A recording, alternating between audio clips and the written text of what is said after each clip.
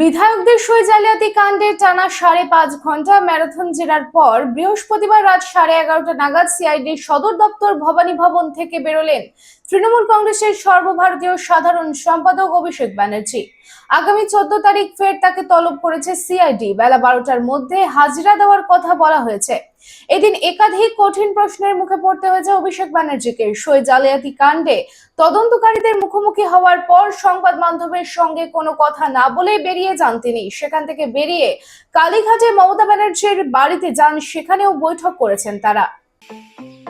Style home furniture की ऐसी showroom जहां beds, sofa sets, chairs, dining tables, wardrobe के अलावा और भी बहुत कुछ, वो भी रीजनेबल प्राइस पर।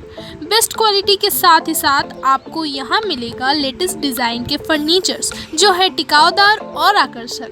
स्टाइल होम फर्नीचर अब आपके आसनसोल में। अपने घर को दे एक नयापन स्टाइल होम फर्नीचर के संग।